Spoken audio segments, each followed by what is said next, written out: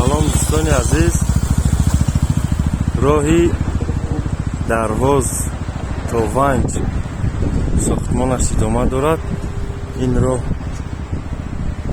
به خاروغ مرکزی بدخشان تاجیکستان میبرد.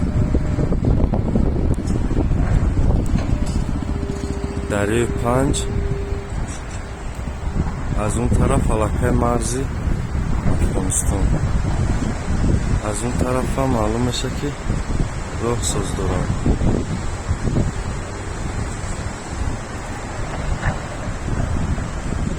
تا درواز راه خیلی صفت گلی ساخته شده است.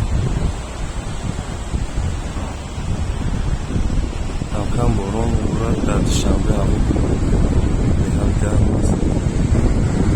دریای پرجوش خروش پنج، خانه ها، دروازی